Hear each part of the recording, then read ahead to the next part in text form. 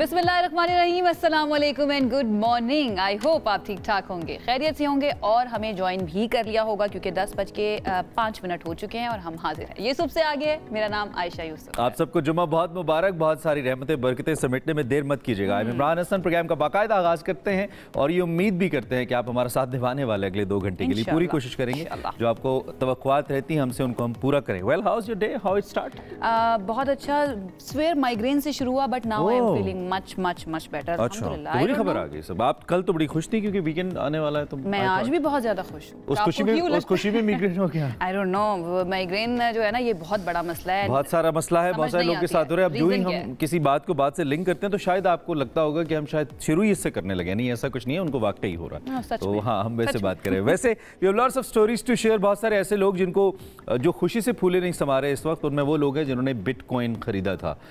Bitcoin honours. Well, ताज़ा तरीन सूरत हाल ये कि बिटकॉइन की जो कदर है वो $1,11,000 से भी तजावुज कर गई है और बहुत सारे लोग जिनके पास बिटकॉइंस हैं या बिटकॉइन है बड़ी खुशी मना रहे हैं। ये दुनिया की छोटा सा हिस्सा भी है, ऑफ कोर्स, क्योंकि पैसे $1,11,000 का एक बिटकॉइन पाकिस्तानी तकरीबन 3 करोड़ रुपए बनते हैं। मैं इसके बारे में एक स्टोरी पढ़ रही थी। जब बिटकॉइन नया आया था, लोगों को नहीं पता था, तो एक शख्स के पास हजारों की तादाद में बिटकॉइंस थे और उसको पता नहीं था कि वो क्या करे। तो उसने वो एक बंदे को देकर उससे पिज्जा खरीद लिया था। अच्छा। हजारों की तादाद में बिटकॉइंस है। नाउ वो बैठ के रो रहा होगा। डोंट टेल मी वो पिज्जे वाला अमेज़न का मालिक है। मुझे नहीं पता ये नहीं मुझे पता। ओके, चलें हम इस पे आपको थोड़ा सा मजीद बताते हैं। जो माहिरीन है उनके मुताबिक बिटकॉइन की कदर अब बढ़ने की मुतअद्दिद वजूहात है जिसकी वजह से इसमें इजाफा हो रहा है। और अमेरिका में जो करेंसी है, ये क्रिप्टो करेंसी है, इस हवाले से रेगुलेशन जाती खरीदारी जो मुख्तलिफ इदारों ने इसको खरीदना शुरू किया है। मुसलसल इसमें मुख्तलिफ कंपनीज दिलचस्पी लेना शुरू की हैं जिसकी वजह से इसकी कदर में मुसलसल इजाफा होना शुरू। डेफिनेटली ट्रंप इसके अंदर बहुत ज़्यादा इंटरेस्ट रखते हैं। उन्होंने अपना और अपनी वाइफ के नाम का भी एक कॉइन जो है वो मुतारिफ करवाया था। एंड देन क्योंकि उनकी पॉलिसीज़ के अंदर इलॉन मस्क का बहुत बड़ा हाथ है, बहुत ज़्यादा इन्फ्लुएंस करते हैं वो। और आपको पता है कि इलॉन मस्क क्रिप्टो करेंसी के बारे में बहुत ज़्यादा टची भी हैं और वो चाहते हैं कि ये आगे बढ़े। खैर, रवां बरस बिटकॉइन की कदर में 18% से ज़ायद का इजाफा अभी तक देखा गया, जबकि साल के आगाज से पब्लिक लिस्टेड कंपनीज के पास मौजूद बिटकॉइंस की तादाद में 31% का इजाफा हुआ, जिसकी कदर तकरीबन $349 अरब के बराबर है। होते कितने हैं ये? वैसे 18% is a huge return. I mean if you talk about returns के हवाले से तो ये बहुत ही ज्यादा है। खैर, आगे बढ़ते हैं। अनदर स्टोरीज अबाउट स्क्वैश के बारे में हमने बात करनी है। पाकिस्तान के प्राइड्स के बारे में है। पाकिस्तान के अशब इरफान और Hamza Khan south Australian squash के सेमीफाइनल में पहुंच चुके हैं। अशब इरफान ने क्वार्टर फाइनल में मलेशिया के जोशिम चौहा को 3-2 से शिकस्त दी। नाम सही पड़ा आपने, जोशिम चौहा। अच्छा, खैर, अशब के वाले में आपको बताया तो उन्होंने 2-1 के खसारे में कम बैक किया। 2-1 के खसारे से चल रहे थे, फिर कम बैक किया और फिर अपने नाम ओबियसली कामयाबी की। मलेशियन प्लेयर के खिलाफ ये जो अशब की जीत है, इसका स्कोर 11-6, 6-12, 14-8, 11-9 और फिर 11-8 रहा। हमजा खान के हवाले से अगर बात करें तो उन्होंने भी ज़बरदस्त कारकर्दगी दिखाई। क्वार्टर फाइनल में जापान के मोतो एंदो को स्ट्रेट गेम्स के अंदर शिकस्त दी। मोतो एंदो। हमजा खान की जीत का स्कोर अगर हम आपको बताना चाहें, बल्कि ज़रूर बताएंगे, दैट वाज 11-6 और 12-10 रहा। सेमीफाइनल में अगर बात करें, हमजा और अशब आमने सामने होंगे और अब देखते हैं कि क्या सूरत हाल बनती है। और फाइनल में पाकिस्तानी प्लेयर्स की रसाई, एक पाकिस्तानी प्लेयर की रसाई डेफिनेटली दोनों में से यकीनी है, तो ये भी अच्छा है। अब एक और अचीवर बहुत ही कमाल जिन्होंने जो यहाँ से नेजा फेंक, अच्छा वो किसी ने बड़ी अच्छी मीम बनाई कि उधर से अरशद ने अपना नेजा फेंका और वो फतह मिसाइल बन गया। अरे वाह, ज़रबे कलीम की बात तो नहीं कर रहे। तो that was very interesting, but we have something interesting share about Arshad Nadeem. जी, गोल्ड मेडलिस्ट हैं अरशद नदीम। आपको पता है हमारा प्राइड है। एक मरतबा फिर से उनका जोड़ पड़ने जा रहा है। किसके साथ?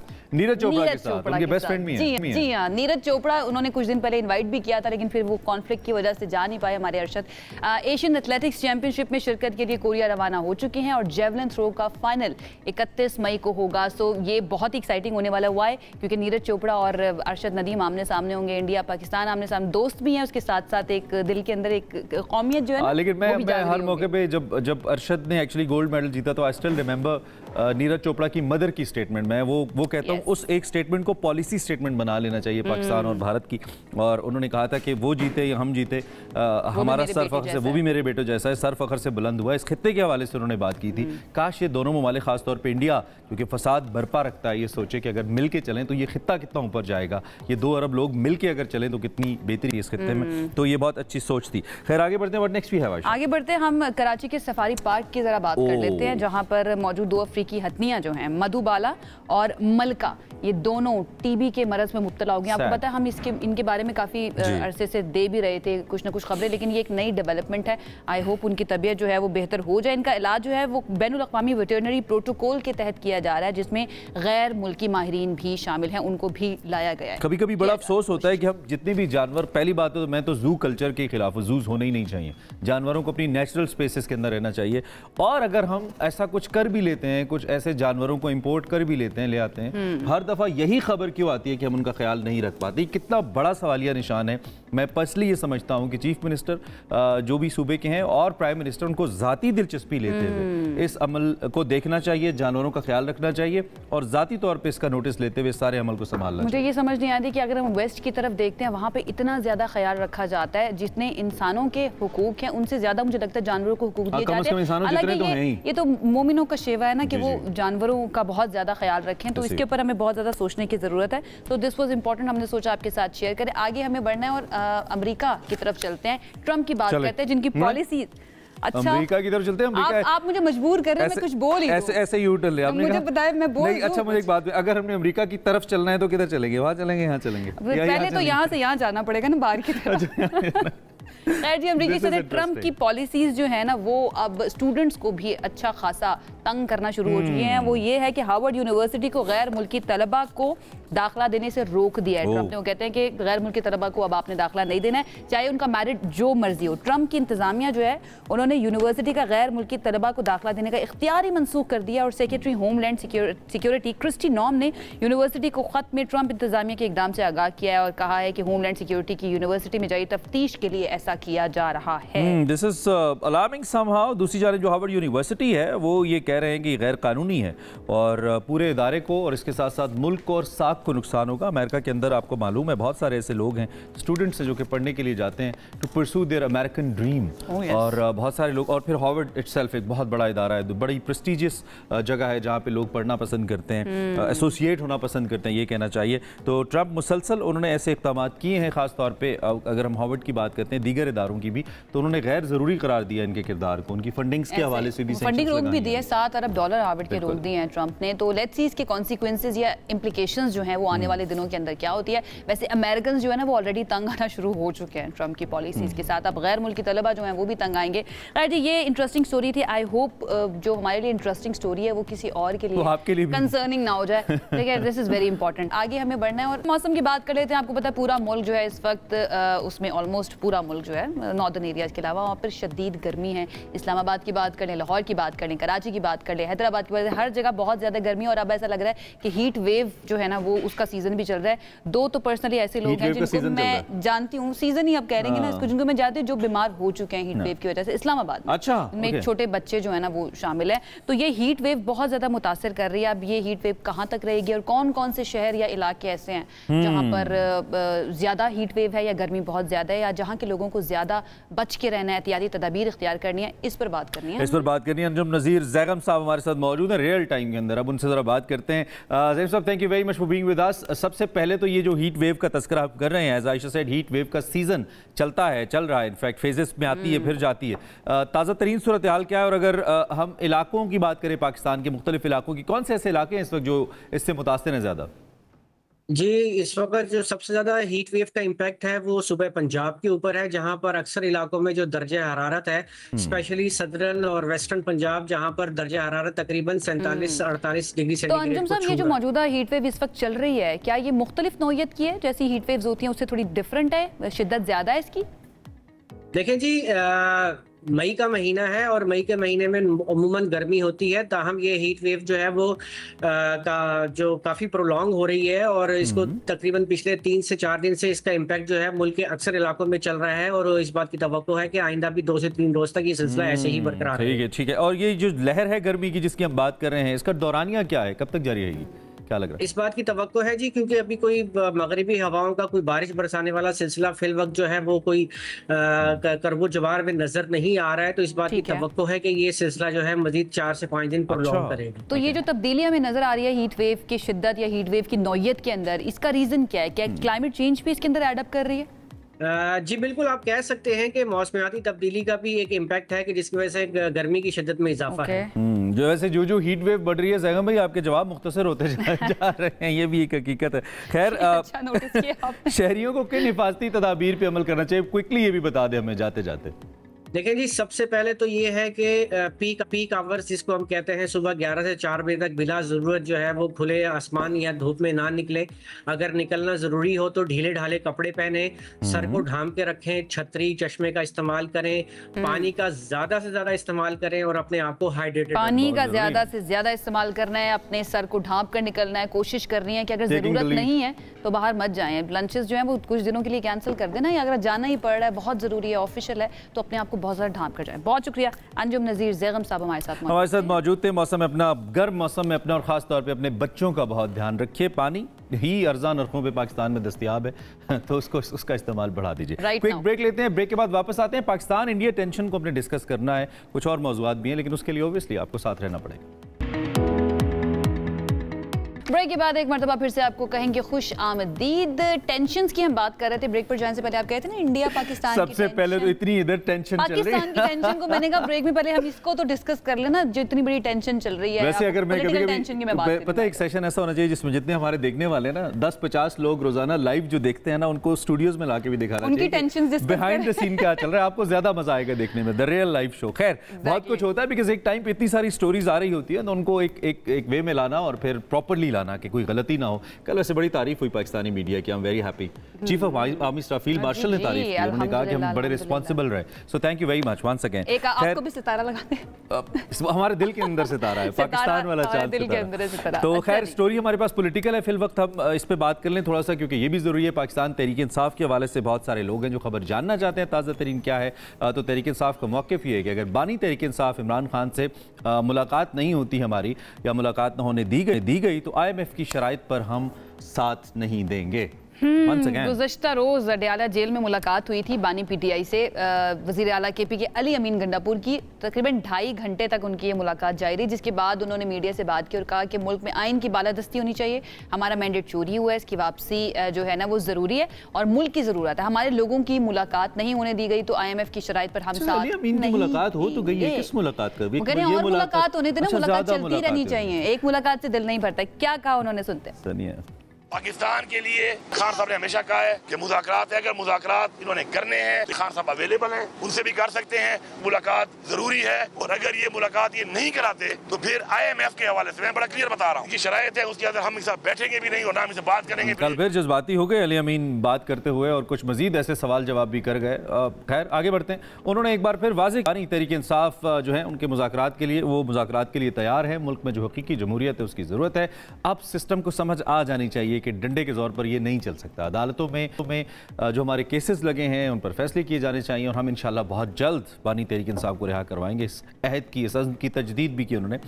फैसल वावड़ा साहब जो हैं वो बड़े इंपॉर्टेंट आदमी हैं। उनके मौक़िफ़ को अक्सर ये समझा जाता है कि उनके बड़े स्ट्रॉन्ग किस्म के राब्ते हैं कुछ ऐसे हल्कों से जो ताकतवर हल्के हैं। उन्होंने कल बड़ा और फैसल वावड़ा की जो स्टेटमेंट, हाँ बयान भी बड़ा इंपॉर्टेंट दिया है। जो फैसल वावड़ा की यूजुअली जो स्टेटमेंट होती है उसे समहाउ हमारे पॉलिटिकल और सहाफ़ती हल्कों के अंदर एक मैसेज भी कंसिडर किया जाता है। कल उन्होंने बड़ी अहम बात की। फैसला आपको पता है, हम न्यूज़ का प्रोग्राम है, उसके अंदर उन्होंने बात करते हुए क्या कहा है वो सुनवाते हैं आपको। मैं समझता हूँ कि ना गवर्नमेंट को ये बोलना चाहिए कि हम स्टैब्लिशमेंट से पूछ के बात करेंगे, ना PTI को ये फरमाइश रखनी चाहिए कि हम स्टैब्लिशमेंट से बात करेंगे। गवर्नमेंट को बड़ा दिल करना चाहिए, इंगेज करना चाहिए, ऑपोजिशन को ऑन बोर्ड लेना चाहिए, अग्री टू डिसअग्री करना चाहिए, रिस्पेक्टफुली मिले, बात करें, ऐवान में हैं, इनकी ये भी वोट लेके आए, जरूरत भी है। यूनिटी के साथ हमें जंग जीती है, यूनाइटेड थे फ्रंट के अंदर, बाय एंड लार्ज 99% लोग कौम सारी पूरी साथ खड़ी हुई थी। और अली जफर साहब की बात भी बड़ी बैलेंस्ड है कि अगर आपसे वो ये भी नहीं कह रहे कि मेरे केस माफ कर दो, वो कह रहे मेरे केस चला रहे हो, उसमें सजा होती है या जजा हो जाती है या माफी हो जाती है, वो कोर्टों पे छोड़ दो। तो ये बड़ी रीजनेबल बात है कि ये नहीं रखा गया शर्त के पहले छोड़ो फिर बात करेंगे। तो मेरे ख्याल से अगर इतना बड़ा दिल सब कर रहे हैं और एक यूनिटी का माहौल भी बना हुआ है, एक अग्री टू डिसएग्री भी हम कर रहे हैं। एस्टैब्लिशमेंट के साथ अभी बीच में राब्ते हुए, बेकार खबर है, इसमें कोई रेलेवेंस नहीं है। बहुत बड़ा मैसेज मैं इसको समझती हूँ जो फैसल वाडा की, और फैसल वाडा के मुंह से ये वाली बात निकलना, समझ जाइए। थोड़ा सा आसमा के सवाल पे भी हैरान हूँ, जैसे उनको नहीं पता। तो बहुत सारे एंकर्स ऐसे क्वेश्चन कर रहे होते हैं, नहीं वो कंफर्म कर रहे होते हैं, बहुत सारे ऐसे सवाल हो रहे होते हैं जिनका जवाब पता होता है बट दे वांट टू। खैर it was very good. And बहुत सिग्निफिकेंट है स्टेटमेंट का आना। सो देखते हैं कि इसका क्या हल निकलता है। वैसे मुल्क में इसमें कोई शक नहीं है कि जमहूरियत ही होनी चाहिए, जमहूरियत ही इस मुल्क का हल है, और विद द टाइम हमने एक अच्छा सफर किया इसकी बेहतरी के लिए। कुछ और कहने लगे आप, लेकिन आगे बढ़ जाते हैं। शौकत यूसुफ साहब हमारे साथ मौजूद हैं, पाकिस्तान तहरीक इंसाफ के रहनुमा, उनसे जरा बात करते हैं। शौकत साहब, थैंक यू सो मच हमें ज्वाइन करने के लिए। बड़ी इंपॉर्टेंट स्टेटमेंट्स आई हैं फैसल वाडा साहब की भी या अली अमीन गंडापुर साहब की, लेकिन उससे पहले ये जो बात की गई है कि बानी पीटीआई से मुलाकात नहीं होने दी गई तो IMF वाले मामले के ऊपर साथ नहीं देंगे, आपको लगता है कि ये ठीक स्ट्रैटेजी है, मुल्क के हक में बेहतर है? बहुत शुक्रिया। देखिए, IMF जब पैसा देता है ना मुल्क को, तो वो पूरे मुल्क के आवाम के ऊपर वो कर्जा चढ़ रहा है। ऐसा नहीं है कि कोई पार्टी या कोई जो हुकूमत होती है सिर्फ वो कर्जा लेके अपने मामलात को चलाती है, उसका बोझ जो पूरी कौम के ऊपर आता है। और डेफिनेटली इस वक्त जो सूरत हाल है इस मुल्क के, वो इस बात का तकाजा करती है कि कौमी यकजहती को बरकरार रखा जाए। जो चीज़ें पाक भारत कशीदगी के दौरान जो कौमी यकजहती बनी है, हुकूमत उसको ख़त्म करने की कोशिश ना करे, क्योंकि इस वक्त आप देखें कि जो माहौल बनाती है वो गवर्नमेंट ही बना सकती है, लेकिन जो पाक भारत जंग बंदी हुई है उसके बाद आप देखें दोबारा वही सूरत हाल, हुकूमत ने कोई लचक नहीं दिखाई है, और जो सियासी इंतकाम है उसका सिलसिला अभी तक जारी है। और इमरान खान से जो पार्टी लीडरशिप है उनकी मुलाकातों में आप देखें कितनी रुकावटें डाली जा रही हैं, कितनी मुश्किलात पैदा की जा रही हैं, उनके केसेस के अंदर कैसे माहौल को बनाया जा रहा है। लेकिन शौकत साहब, ऐसा लगता क्या है, बल्कि हमने देखा है रिसेंट पास्ट के अंदर कि आपने इससे पहले भी आपकी जमात ने इस तरह के कार्ड्स अपने शो किए हैं, इस तरह के कार्ड्स खेले हैं, चाहे वो IMF हो, चाहे वो रेमिटेंसेस का ब्लॉक किया जाना हो, बहुत सारी ऐसी चीज़ें आप कर चुके हैं। सिविल नाफरमानी इनफैक्ट आप दो दफ़ा उसका भी ऐलान कर चुके हैं। तो उसके बावजूद आपको लगता है कि इसका कोई असर होगा, ये जो बात आप अब कर रहे हैं? ये दबाव डालने की कोशिश, ये देखें, सियासत करना हमारा हक है। पाकिस्तान तहरीक इंसाफ बहुत बड़ी पॉलिटिकल पार्टी है, आवाम उसके साथ खड़ी है, तो एक इतनी बड़ी पार्टी को दीवार से लगाने का क्या मकसद हो सकता है? जो भी कुछ हालात बनते हैं वो हुकूमत खुद पैदा करने की कोशिश करे, और वो हुकूमत खौफजदा है क्योंकि आवाम इनके साथ है नहीं, और ये चाहती है कि हमारा इक़्तिदार बचा रहे, मुल्क जैसा भी हो, लेकिन इक़्तिदार को कोई नुकसान ना पहुंचे। तो इसलिए वो जो अपने अपोनेंट है उनको क्रश करने की कोशिश कर रही है। तो इससे मैं नहीं समझता कि मुल्क मुस्तहकम हो सकता है। और दूसरी तरफ अगर इंडिया दोबारा कार्रवाइयाँ करता है जैसे कि उसने किए भी है बलूचिस्तान के अंदर रिसेंटली, वो तो अपनी कार्रवाइयों से बाज नहीं आएगा, लेकिन अगर ये कार्रवाइयाँ जारी रहती हैं, जंगबंदी खत्म होती है, तो उस सूरत हाल में अगर कौम जो है वो यकजा नहीं होगी, तो इसकी तमाम तर जिम्मेदारी। शौकत साहब, अली अमीन गंडापुर साहब का बयान एक बड़ा इंपॉर्टेंट आया, वो कह रहे हैं कि हम बहुत जल्द बानी पीटीआई को रिहा करवा लेंगे, तो उनके स्टेटमेंट को हम एक स्टेटमेंट के तौर पर ही लें या फिर कुछ अमली तौर पर भी इनिशिएटिव लिया गया है, कुछ सियासी तौर पर या कानूनी तौर पर भी कुछ होने जा रहा है इस सिलसिले में? देखिए, इमरान खान के खिलाफ सच ऐसे केसेस नहीं है जिसमें उनके केसेस जो है वो ख़त्म नहीं हो सकते, लेकिन उसके लिए लाजमी है कि आप अदलिया को आज़ाद करें, ट्रायल आज़ाद करें और क्विकली ट्रायल्स हो। अब बदकिस्मती है कि तारीख पे तारीख दी जाती है, खुद हुकूमत जो है वो चीज़ों केसेस से भाग रही है, कोई उनका जो ट्रायल है बर वक्त होता नहीं है, समातें होती हैं, मुलतवी हो जाती हैं। तो ये सारी सूरत हाल ऐसी है कि हुकूमत खुद जो है वो राय फरार इख्तियार कर रही है, कोई सबूत तो उनके पास है नहीं। अगर फेयर ट्रायल हो जाते हैं तो इमरान खान खुद ब खुद बाहर आ जाएगा। दूसरी सूरत में तो देखें ना, इमरान खान ने तो क्लियर कट कहा है कि कोई कंप्रोमाइज वो नहीं करेंगे, कोई NRO नहीं लेंगे। तो उसका दूसरा रास्ता तो यही है ना कि वो अपने केसेस लड़ना चाहता है। अब ये कि अदालतें कितनी आज़ाद है और अदालतों की प्रोपेशन है या नहीं है, या वो केसेस जो हैं इमरान खान के वो जो भाई ये नहीं फील आती कि तहरीक इंसाफ अपनी पॉलिटिकल स्ट्रैटेजी को लेकर एक गोल गोल दायरे में घूम रही है, वही चीज़ें लौट कर आती हैं, रिजल्ट्स नहीं आते, उसको अधूरा छोड़ा जाता है, नई चीज़ अडॉप्ट की जाती है, फिर सुन रहे हैं कोई एहतजाजी तहरीक आ रही है। अगर है तो फिर प्लीज़ बता दीजिए किस नौइयत की है, क्या होने जा रहा है, क्या हिकमत अमली है? देखिए, एहतजाजी तहरीक नाम आप बेशक जो भी दें, लेकिन इमरान खान की रिहाई के लिए पूरी कौम को निकलना होगा। और अभी तक ये कौम निकल भी चुकी होती, क्योंकि देखिए लोग जो है वो रेडी हैं। जो लीडरशिप है उनकी क्या हिकमत अमली है, या वो कौन सा टाइम देती है, वो किस चीज़ का इंतज़ार कर रही है, ये तो लीडरशिप ही बता सकती है। लेकिन अवाम चाहती है कि जी इमरान खान फौरी तौर पे बाहर निकले। देखिए इस वक्त हुकूमत जो मुल्क है, मुल्क के लिए भी इमरान खान की ज़रूरत है, क्योंकि जो आपका नैरेटिव बन रहा है, इतने सब कुछ होने के बावजूद आप दुनिया के सामने अपना मौक़िफ़ सिर्फ इन चीज़ों पे तो आप नहीं फोकस कर सके ना। यानी इस वक्त जो सूरत हाल है, अगर आप देखें बलूचिस्तान के अंदर या खैबर पख्तूनख्वा के अंदर जो दहशतगर्दी हो रही है, फिर हम कहते हैं जी हमारे पास सबूत मौजूद हैं, तो फिर हम दुनिया को बावर क्यों नहीं करा सके कि इंडिया जो है वो दहशतगर्दी कर रहा है, हमने क्या उसके खिलाफ कार्रवाई की है, या हमने क्या कामयाबी हासिल की इस महाज के ऊपर। सफारती तौर पर इस वक्त हम बड़े कमज़ोर पोजीशन में हैं। मतलब जो हमारी पोजीशन होनी चाहिए थी, इतने सब कुछ होने के बावजूद, तो मेरे ख्याल से वो इसलिए नहीं है कि कोई बंदा ऐसा नहीं है जो आलमी फोरम के ऊपर पाकिस्तान की वकालत कर सके। वो सिर्फ इमरान खान है। अगर वो मुल्क के खातिर जेल से बाहर आता है और वो मुल्क के लिए आवाज उठाता है, ये आपका मौक़िफ़ है, रिस्पेक्टफुली डिसएग्री। हमें नहीं लगता इस पॉइंट ऑफ टाइम के ऊपर दुनिया कह रही है कि सिफारती तौर पे ट्रम्प पाकिस्तान करते थक नहीं रहे हैं। चीन पाकिस्तान के साथ खड़ा हुआ है, अज़रबैजान की बात कर लें, कोई तुर्की की बात कर लें, दीगर इस्लामी ममालिक की बात कर लें, भारत अकेला हमें नजर आ रहा है कि वो सिफारती तौर पर मुकम्मल तौर पर नाकाम हो गया। बहरहाल ये आपका मौक़िफ़ था, तो ये पहुंच गया। फैसल वाडा साहब जो हैं, उनका बयान बहुत ज़्यादा इंपॉर्टेंट है, और जैसे आप भी बात कर रहे थे कि मैसेज समटाइम्स कंसीडर किया जाता है इंपॉर्टेंट हलकों की जानिब से। वो ये कह रहे हैं कि हुकूमत को दिल बड़ा करना चाहिए और पीटीआई को ऑन बोर्ड लेना चाहिए। नाउ द क्वेश्चन इज कि क्या पीटीआई चाहती है या ऑन बोर्ड आएगी, क्योंकि इससे पहले भी हुकूमत कोशिश कर चुकी है कि मुज़ाकरात हों, लेकिन पीटीआई ने इनकार कर दिया था। अब किस पोजीशन पर है पीटीआई मुज़ाकरात को लेकर? ये दो बातें हैं। एक तो हुकूमत के पास कोई इख्तियारात नहीं है, दूसरी बात ये कि हुकूमत साजिशें करती है। एक तरफ वो ढोंग रचाती है कि जब मुज़ाकरात कर रहे हैं, दूसरी तरफ वो वही कार्रवाइयाँ जारी रखे हुए हैं पीटीआई के लोगों के खिलाफ।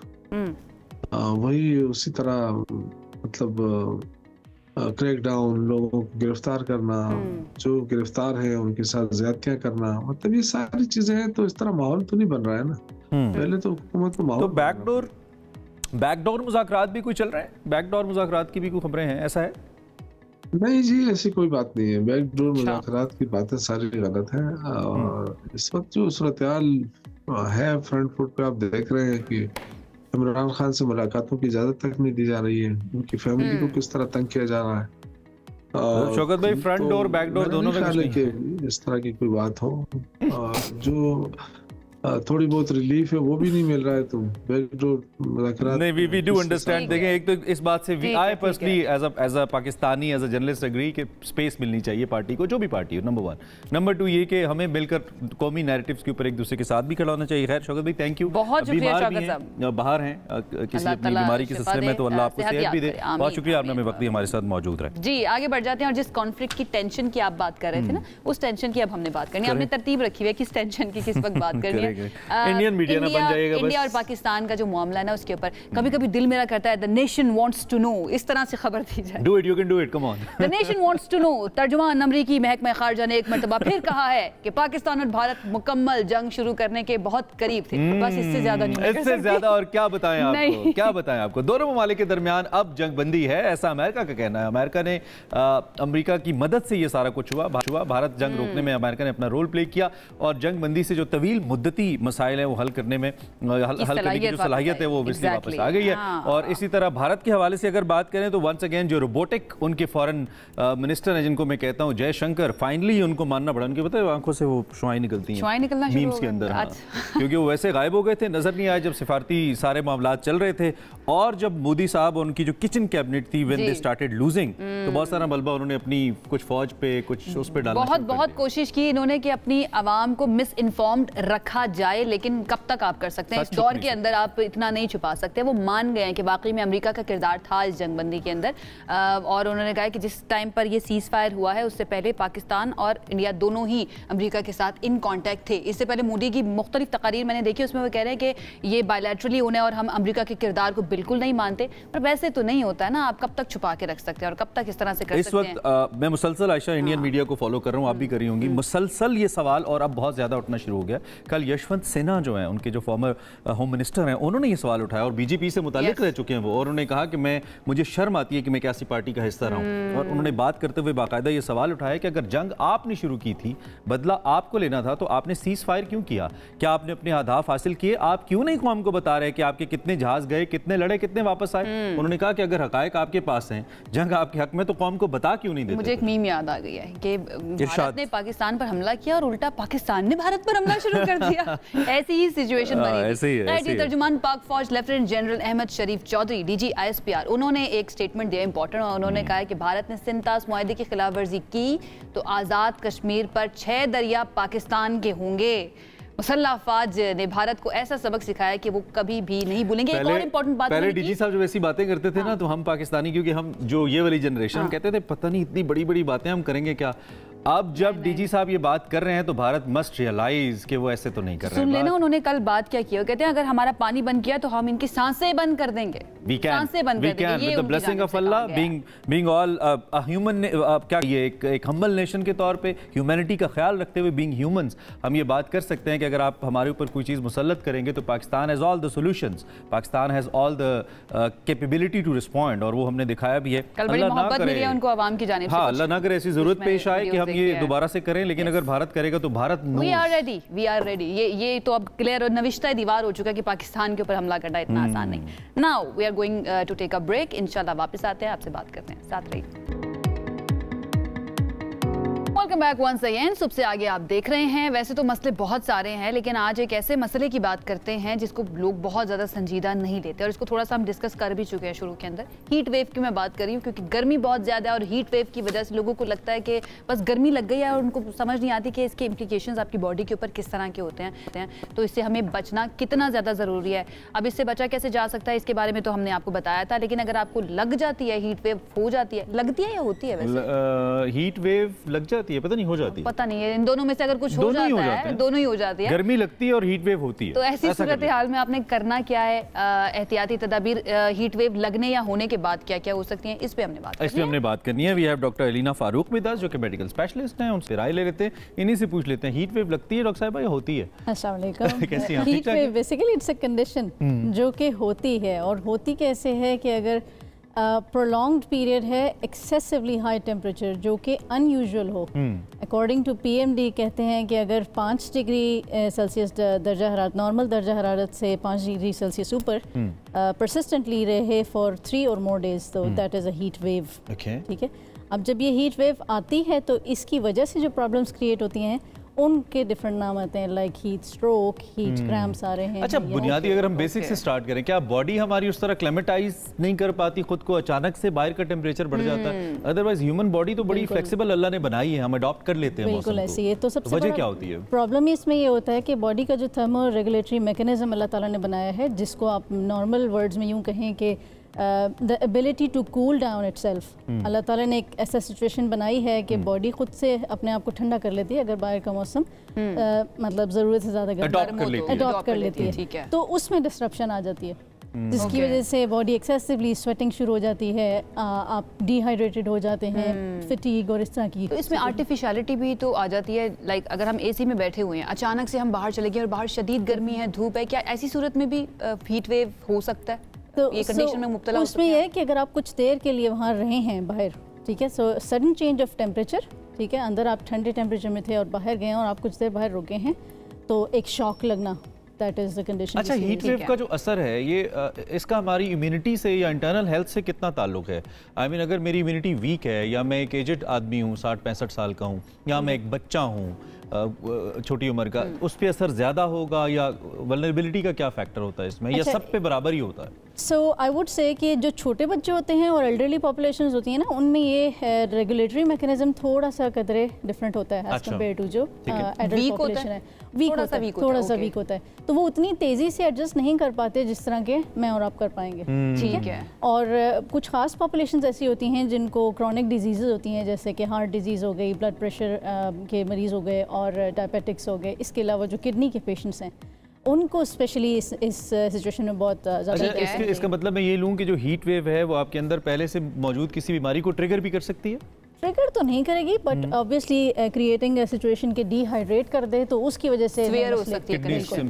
ठीक है, अच्छा होता क्या है हीट वेव के अंदर? अब वंस आप इस कंडीशन में आ गए, मुब्तला हो गए, अब क्या क्या सिम्टम्स होंगे कि मुझे हीट तो वेव? चूंकि मैंने जैसे बताया कि एक्सेसिव स्वेटिंग हो रही है, तो आपका इलेक्ट्रोलाइट लॉस, जिसको यूं कह लें कि नमकियात जो हैं उसमें उतार चढ़ाव बॉडी के अंदर पैदा होता है। ठीक है। और दूसरा ये कि आपका पानी जो है वो एक्सेसिवली स्वेट की फॉर्म में जब जिस्म से निकल जाता है तो आप सिवियरली डिहाइड्रेट हो जाते हैं। इसमें अगर आप डिहाइड्रेट हो गए हैं तो जिस्म के मुख्तलिफ हिस्सों में ना पानी उतने अच्छे तरीके से पहुंच नहीं पाता, चाहे वो आपका दिमाग हो, आपका दिल हो या आपकी किडनीज हो। अच्छा, ठीक है। सो अगर दिमाग को इतना अच्छे तरीके से पानी नहीं जाता तो पहली चीज़ इसमें कन्फ्यूजन, डिजीनेस, चक्कर आना, ठीक है, फेंटिंग हो जाती है, कई लोग फेंट हो जाते हैं। इसके अलावा आपका जो किडनीज हैं वो डिहाइड्रेशन की वजह से यूरिन कम आना शुरू हो जाता है और उसमें छोटा सा ओवरऑल आपका बेसिकली डिहाइड्रेशन बहुत सिवियर हो जाता है, ब्लड प्रेशर ड्रॉप करता है। हमजा हमारे साथ, हमजा पिंडी से। हमजा, डिहाइड्रेशन तो नहीं होगी भाई? डिहाइड्रेशन तो नहीं हो गई? पानी कम तो नहीं हो गया जिसमें? क्या हाल है आपके? सवाल कीजिए। अल्लाह का शुक्र है, आप सुनाएं। अल्हम्दुलिल्लाह। प्लीज सवाल कीजिए। हमजा, हम आपको सुन पा रहे हैं, आप सवाल कीजिए हमजा। जी अल्लाह का शुक्र है, ठीक ठाक, आप सुनाएं। मुझे लगता है आप टेलीविजन पे देख रहे हैं, आप क्विकली अपना क्वेश्चन कीजिए, कोई है तो प्लीज। कपड़ा किस तरह नुकसान देता है? आई थिंक नहीं, आपको आवाज हमारी क्लियर नहीं आ रही। उनको हमारी आवाज ठीक से नहीं जा रही है। उनके फोन को डिहाइड्रेशन कोशिश करें दोबारा से कॉल फोन को पानी पिलाइए। अच्छा, देयर इज अ कंडीशन। या हमारे साथ या है जरा, या भाई प्लीज आप कमेंट कर लें, फिर मैं क्वेश्चन करूंगा। Welcome. Good morning to all of you. Doctor साहब को सलाम हो। मैं सिर्फ एक बात कहूंगा कि मैं आप जो है ना, मुझे लगता है कि आपको किसी मूवी में जरूर आना चाहिए। You are the smartest guy of the media. Sir thank you. ये सो नाइस। मुझे लगता है कि आप क्लार्क टेबल नहीं थे। You made my day sir, thank you. 60 अदाकार थे, उस तरह की आपकी शक्ल। मेरा सवाल ये है, मेरा सवाल ये है इनसे, देखिए दो सवाल है, मैं जल्दी कर लेता हूँ, आपका टाइम ज़ाया नहीं हुआ। एक तो सवाल ये कि अगर आप गर्मी से आ रहे हैं, बहुत बाहर से हीट वेव से निकल के आ रहे हैं, कुछ लोग आते ही शावर के नीचे खड़े हो जाते हैं और सर पे पानी ठंडा गिरता है, तो उसके क्या बैड इफेक्ट्स होते हैं, ये मेरा सवाल है। दूसरा सवाल ये कि जो आपकी डिहाइड्रेशन होती है उसके अंदर ये होता है कि आप बहुत से लोग ORS यूज करते हैं, जो शुगर के मरीज हैं, क्या वो ORS इस्तेमाल कर सकते हैं या उनके लिए कोई अलग चीज इस्तेमाल की जाती है? This is my question only. Okay, thank you. अच्छे सवाल है, थैंक यू याया।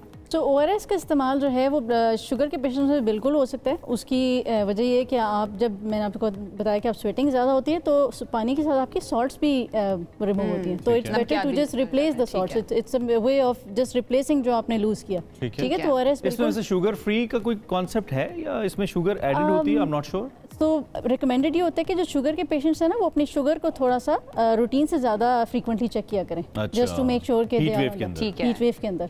ठीक है, ORS इस्तेमाल कर सकते हैं, बिल्कुल कर सकते हैं। ब्लड प्रेशर के पेशेंट्स थोड़ा सा ख्याल करें क्योंकि उसमें एक्सेसिव सॉल्ट। ठीक है। और दूसरा सवाल इनका बहुत इंपॉर्टेंट था, जो शॉवर के नीचे, ये बहुत लोग करते हैं, शरीर गर्मी में आए और कुछ नहीं हुआ, चले फौरन से शॉवर ले लें। तो सडन चेंज ऑफ टेम्परेचर, जैसे हमने पहले भी बात की, डेंजरस है ये। तो डेंजरस उस तरह से कि आप just give yourself some time, थोड़ा सा सेटल डाउन हो जाए और उसके बाद शावर लें। ठीक है। तो बाहर जब आप निकलते हैं तो प्रेफरेबली हम कहते तो यही है कि आप अपने सर को ढांप कर निकलें। ठीक है, कैप होगी, अम्ब्रेला होगी या व्हाटएवर तरीके से आप इसको, ताकि डायरेक्ट हीट आपके सर पर ना पड़े। बिल्कुल सही। अच्छा, देयर इज अ कंडीशन, मैं कभी-कभी इसको फील करता हूं, I feel it, you know, कभी कभार कुछ ऐसा स्पेसिफिक खाने के बाद, जैसे कभी राइस खा लिया या कोई हाई प्रोटीन चिकन वगैरह खा लिया, तो आपको शदीद प्यास का एक पूरा फेस चलता है, को 5, 6, 8 घंटे कि मुसलसल आपको प्यास लग रही है, आप पानी पी रहे हैं, फिर आपको फील हो रहा है राइस के बाद। तो क्या इसका ताल्लुक इस गर्मी के मौसम से है या पर्टिकुलरली उस खाने से जो आप खा रहे हैं, इसकी क्या वजह है? I will tell you one thing. एक तो चीज़ होती है कि जो हीट वेव जब चलती है तो इसके अंदर हमारा बॉडी का डाइजेस्टिव सिस्टम ये स्लो डाउन हो जाता है, तो आपका खाना हजम जो है ना वो थोड़ी देर से होता है। दूसरी चीज़ के जो सॉल्ट कंटेंट होता है आपके, चाहे राइस हो या फिर चिकन या जो व्हाटएवर यू आर ईटिंग,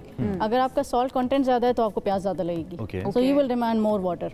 अगर आप वैसे ही डिहाइड्रेटेड हैं तो आपका दिल करेगा कि मैं, तो नमक तो हम कट ही कर दें फिर इन दिनों में, आप कम करें, लेकिन ऑब्वियसली जैसे मैंने कहा कि लूज हो रहा है salt in the form of sweating, तो you have to replace that. Electrolytes भी जरूरी होते हैं। अच्छा, इसके ऊपर भी कमेंट लेते हैं। एक और लाइव कॉलर हमारे साथ, जाकिर अब्बासी इस्लामाबाद से। जाकिर भाई अस्सलाम वालेकुम जी, सवाल कीजिएगा। वालेकुम अस्सलाम मैडम, एक ये पता करना है कि ये कितने दिन तक हीट वेव रहेगा और हमें क्या एहतियाती तदबीर इख्तियार करनी चाहिए? ठीक है, ये अंजुम नजीर साहब से हो सकता था सवाल।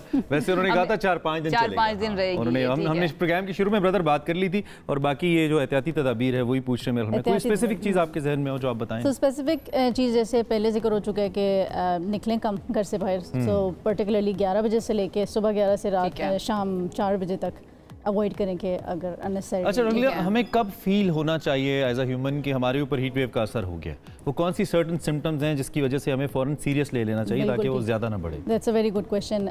जैसे मैंने बताया कि आपको कन्फ्यूजन परफ्यूजन कम होती है बॉडी में जब ऑर्गन्स की, तो आपको फील होना चाहिए आप यू आर गेटिंग कंफ्यूज, आपको चक्कर आना शुरू हो गए, ठीक है, आपको प्यास ज़्यादा लग रही है, स्वेटिंग बहुत ज़्यादा हो रही है या स्वेटिंग बिल्कुल बंद हो गई है। That is a very alarming sign कि आपकी जिस्म ऐसा लग रहा है कि हीट अप हो रहा है लेकिन आपको स्वेटिंग नहीं हो रही। अच्छा, तो that is a red flag. कितने वक्त तक ये स्वेटिंग चलती रहे तो आपको लगे कि ये हीट वेव का असर है? क्योंकि गर्मी तो वैसी स्वेटिंग बहुत ज़्यादा होती है। इसमें ड्यूरेशन का कोई ख़ास ताल्लुक नहीं है, बट आई वुड से कि आपको खुद अंदाज़ा हो जाता है कि आप ड्रेन हो रहे हैं, एनर्जी ड्रेन हो रही है, एक्सेसिव फटीग, मसल में क्रैम्प्स पड़ना शुरू हो जाए, just you that's a red sign कि यार बैठ जाएं। अच्छा, मुझे पता, लेट्स सपोज चल गया है, जैसे आपने कहा कि बॉडी हीट अप हो रही है लेकिन स्वेटिंग नहीं हो रही है, कुछ अनयूजुअल हो रहा है, घर पे कोई इमीडिएट रेमेडी क्या है? 2-3 जो आप सजेस्ट करेंगे कि ये फौरन से करें? पंखा, हवा के नीचे जाएं। यस, ऑलराइट, ठीक है। होता ये कि evaporation that makes your body cool, ठीक है। जैसे ही आपके जिस्म से पानी इवेपोरेट करेगा सरफेस से, नीचे से जो है वो ठंडक निकलना शुरू हो जाएगा। शावर के अंदर जाना कुछ लोग ये भी करते हैं, ये भी किया जा सकता है। ठीक है। डैम्प क्लॉथ, गीला कपड़ा का इस्तेमाल अगर आप अपने सर पर रख लें या जिस्म के, कोल्ड स्पंजिंग जैसे कहते हैं, ठीक है, कोल्ड स्पंजिंग हो गई, पानी ज़्यादा, हाइड्रेशन प्यास लगे या ना लगे इस मौसम में तो I would recommend 8 to 10 glasses of water definitely. ठीक है। अच्छा, और खाने के लिए, डाइट के लिए कुछ खास चीज़ें रेकमेंड करेंगे आपके, क्या इंटीग्रेट करना चाहिए? बहुत अच्छा क्वेश्चन है। आजकल तो चूँकि कह लें कि फलों का मौसम है हमारा, ठीक है, तो द फ्रूट्स ऐसा तजवीज़ कीजिएगा जो खिला दें बाद में। अच्छा, फ्रूट्स में खिला देती हूँ। मैक्सिमम वाटर कंटेंट वाले फ्रूट्स, स्पेसिफिकली वाटरमेलन, ठीक है, खरबूजा हो गया, स्ट्रॉबेरीज हो गई, प्लम्स हो गए, एप्रिकॉट्स, आजकल तो आड़ू भी आना शुरू हो गए, मैंगोज इंशाल्लाह। मैंगोज के बारे में कहा जाता है कि वो भी तासीर गर्म होती है, but water content is more than 80%। तो एक लिमिट में आप खा सकते हैं। अच्छा, उन लोगों के लिए सजेशन दीजिए डॉक्टर साहिबा जो अगर रोड पे अक्सर लोग फेंट हो जाते हैं, गिर जाते हैं, बड़ी उम्र के लोग होते हैं, चलते चलते पता नहीं चला, अब उस पे हम जैसे जो लोग होते हैं उनको मालूम नहीं होता कि इनका क्या हल करें, लोग हाथ पांव दबाना शुरू कर देते हैं, कुछ लोग कहते हैं इनके मुंह में पानी डालें, ऐसा क्या बेसिक एक एहतियात हो सकती है, एहतियातें हो सकती हैं जो उनको हेल्प करे उस वक्त रिकवर करने में? So it's a kind of emergency situation. अगर आपने कोई भी लेमैन अगर सड़क पर देखता है तो सबसे पहला काम के धूप से निकाल के उसको साए में लेकर आएँ, ठंडी जगह पर रखें, ठीक है।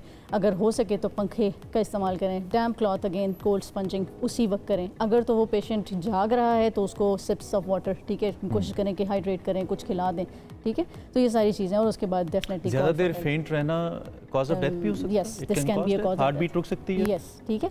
तो उसमें ये होता है कि इसको कहते हैं हीट स्ट्रोक। अगर आप अनकॉन्शियस हो गए डेफिनेटली हॉस्पिटल, ठीक है, रिगरस रिहाइड्रेशन। ये वैसे बहुत इंपॉर्टेंट है क्योंकि असल में लोग बेचारे गुडविल में कर रहे होते हैं, गुड विश में कर रहे होते हैं, लेकिन वो गलत कर देते हैं। जैसे बहुत सारे लोग इकट्ठे हो जाते हैं एक आदमी के पास, अगर वो गिर जाएं वो अपनी तरफ से सभी उनके लिए हेल्प करना चाहते हैं लेकिन मुश्किल हो जाता है। ठीक है डॉक्टर साहिबा, थैंक यू वेरी मच। मेरे ख्याल में बहुत हमने एक और चीज़ जो मेरे ख्याल से हम जैसे कि बताया गया कि डायबिटीज़, हाइपरटेंशन के मरीज़ होते हैं वो अपनी दवाइयों का खास ख्याल रखें, क्योंकि कुछ दवाइयाँ ऐसी होती हैं जैसे कि पेशाब आवर दवाइयाँ देते हैं हम, डायोरेटिक्स जिनको कहते हैं, हार्ट के पेशेंट स्पेसिफिकली, तो वो वाटर को वैसे ही जिस्म से निकालते हैं, तो उसमें बैलेंस ऑफ वाटर इनटेक और ज़्यादा होना चाहिए। हाँ, इसमें इनटेक ज़्यादा भी होना चाहिए और मतलब अपनी डॉक्टर के साथ मशवरा करके इसको बैलेंस कम या ज़्यादा कर सकते हैं। बिल्कुल। बहुत शुक्रिया डॉक्टर अलीना फारूक हमारे साथ मौजूद थी। आपने सीख लिया है ना सारा कि हीट स्ट्रोक या हीट वेव से आपने किस तरह से बचना है, इसको बिल्कुल आपने नॉन सीरियस लेना, ये बहुत जरूरी। और ये जो आपने बात की ना कि जान जाने का भी खतरा है, तो मुझे नहीं पता था कि इतना ज़्यादा असरात जो हैं, बहुत से लोग मर जाते हैं, जो बहुत सारे उम्र रसीदा लोग बेचारे सड़क पे गिरते हैं वो नहीं रिकवर हो पाते, तो ऐसा हो सकता है। अल्लाह ना करे, सबको अल्लाह ज़िंदगी दे। जो एहतियाती तदाबीर बताई आसान है। पहली बात ये, धूप में एक्सपोज ना करें खुद को, पानी ज़्यादा से ज़्यादा पिए। किसी शख्स को देख लें अगर उनको मसला हो गया, ठंडे कपड़े का इस्तेमाल करें, पानी पिलाएं, पानी डालें, साए में ले जाएं, हवा दें उनको, तो इंशाल्लाह बेहतर होगा। हम इस पे बात करते रहेंगे। डाइट बड़ी इंपॉर्टेंट है और डॉक्टर साहिबा ने भी इस बारे में बात किया कि गर्मियों के जो फल होते हैं, वैसे तो फल सारे अच्छे होते हैं, लेकिन गर्मियों में जो फल आते हैं बहुत मज़े के भी होते हैं और बहुत ज़रूरी भी हैं। अब ऐसे में एक और फल चेरी जो है वो लाहौर के अंदर आई है और मार्केट्स में वो कलरफुल चेरी हर तरफ नज़र आ रही है। आपको दिखाते हैं ज़रा पैकेज।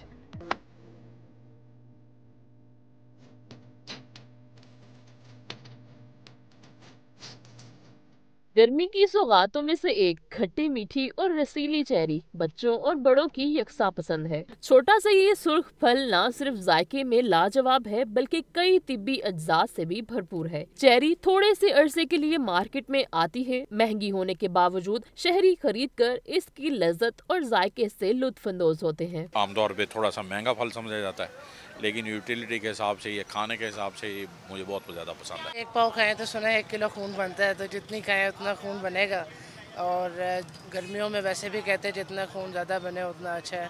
गर्मियों के हिसाब से बड़ा अच्छा फल है। चेरी फरोख्त करने वालों के मुताबिक ये बलोचिस्तान और गिलगित बल्तिस्तान समेत शुमाली इलाका जात में काश्त की जाती है। मार्केट में आते ही इसकी खूब फरोख्त होती है। 600 रुपये किलो भी बेच देते हैं, 700 रुपये किलो भी बेच देते हैं।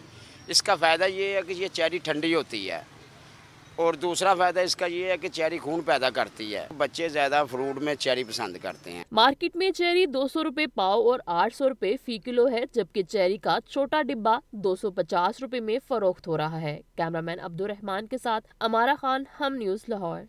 पाकिस्तान में दुनिया की बेहतरीन चेरी पाई जाती है और उनमें से उसका कुछ हिस्सा आपने लाहौर में एक झलक उसकी देखी। एक क्विक ब्रेक के बाद फौरी वापस आते। Keep watching.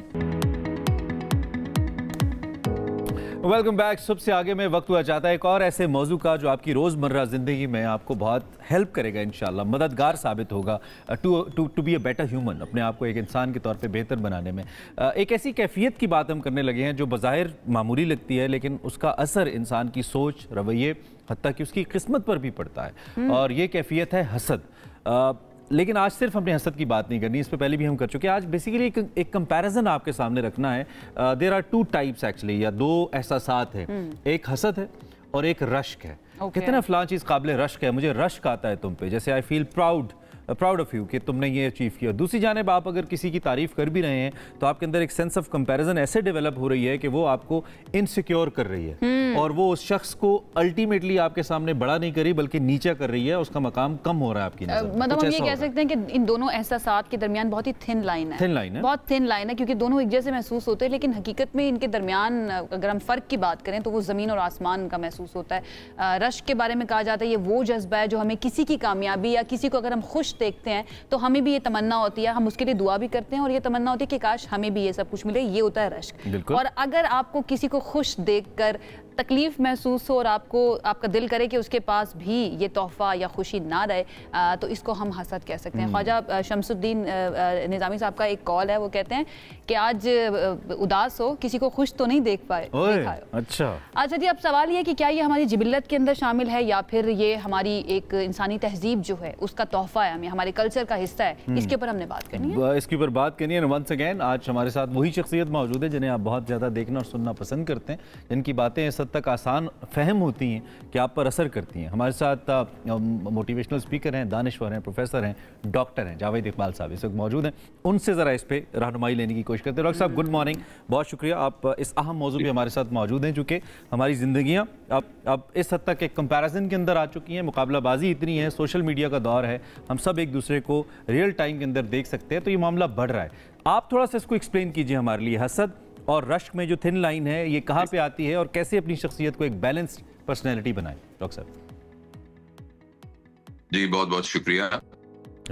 देखिए, बारिश पड़ रही हो और वो बारिश मिट्टी पर पड़ रही हो तो वो पानी मिट्टी में जज्ब हो जाएगा, और वही बारिश एक प्लास्टिक के ऊपर पड़ रही होगी तो वो प्लास्टिक से नीचे पानी नहीं गुजरेगा है, उस पर डिपेंड करता है कि वो कैसे रिएक्ट करेगा। तो कोई बैरूनी फैक्टर हम पर जितना जो भी हमारे ऊपर रिस्पॉन्स होती है वो इस पर होती है कि हम बने हुए हैं कि हम बने हुए नहीं हैं, हम ट्रेंड हैं या हम ट्रेंड नहीं हैं, हम इमोशनली इंटेलिजेंट हैं या हम इमोशनली इंटेलिजेंट नहीं हैं। लिहाजा ये बैरूनी फैक्टर्स पर डिपेंड नहीं करता, ये किसी तहजीब का शाखसाना नहीं है, ये इंसान के अपने बने हुए या ना बने होने पर डिपेंड करता है। वो शख्स जिसने अपने ऊपर मेहनत की है, जो बड़ा रियलिस्टिक स्टांस से अपने आप को समझता है, जिसको एग्जैक्टली पता है कि वो खुद कितने पानी में है, उसके सामने अगर कोई शख्स आएगा जिसके पास कोई नेमत होगी तो उसको देखकर उसके दिल में रश्क पैदा होगा और ये सोचेगा कि मैं भी मेहनत करूं, मैं भी कोशिश करूं जिस तरीके से इसने मेहनत और कोशिश की है, और मैं उसको हासिल करने की कोशिश करूं और वो उसकी खुशी में खुश हो। होगा।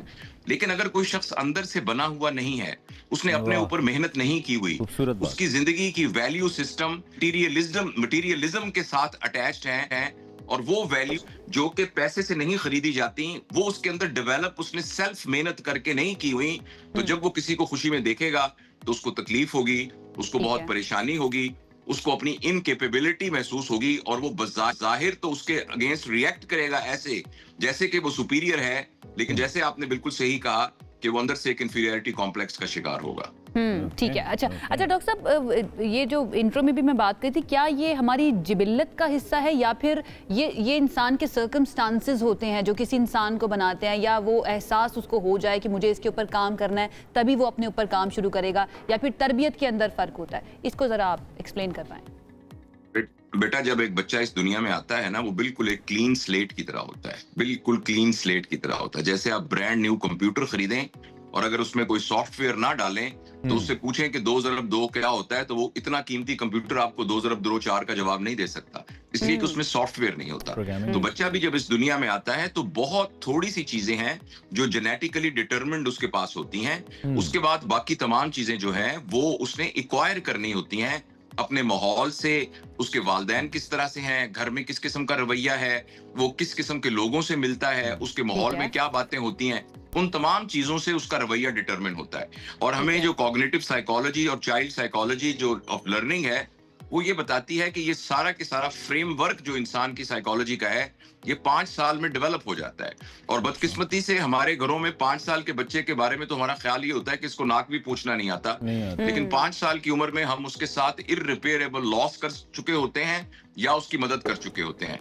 तो लिहाजा 80% तो बच्चे की किस तरह से उसने एडल्ट लाइफ में बिहेव करना है, ये सारा का सारा डिटरमिन हो जाता है पहले 5 साल की जिंदगी में जो उसके घर में और माहौल में गुजरी है। उसके बाद डेफिनेटली जैसे आप एक घर का ग्रे स्ट्रक्चर बना लेते हैं, फिर उसमें आप सप्लीमेंट्री पेंट करते हैं, उसमें टाइलें लगा लेते हैं, उसमें कुछ और करते रहते हैं, तो बाकी सारी जिंदगी उसमें एक क्वालिटेटिव इंप्रूवमेंट तो होती रहती है कि वो पढ़ता है, वो किन माहौल में रहता है, किन दोस्तों से काम करता है, कौन से इदारों में जाता है, लेकिन जो एक्चुअल फ्रेमवर्क ऑफ पर्सनैलिटी है वो 5 साल में डिटरमिन हो जाता है। ठीक है। और लेकिन इसका मतलब ये कतई नहीं है कि एडल्ट एक 5 साल की उस ह्यूमन मशीन अगर उसे हम कहें, जैसे आप हम मकसद तशबीह देते हैं, इसके ऊपर हमने प्रोग्रामिंग करनी है, काम करना है हमारे उस बच्चे के ऊपर, वो क्या लवाजमात है जी? क्योंकि एक तो वो चीज़ें हैं जो अपने वो पेरेंट्स को देख रहा है, अपने अब्बा को देख रहा है, अपनी अम्मा को देख रहा है, वहाँ से वो बच्चा अडॉप्ट कर रहा है, नेचुरली उसके अंदर एक तो ये आ रहा है, लेकिन साइकोलॉजिकली क्या कोई ऐसी सर्टन प्रैक्टिसेस भी हैं पेरेंट्स की तरफ से,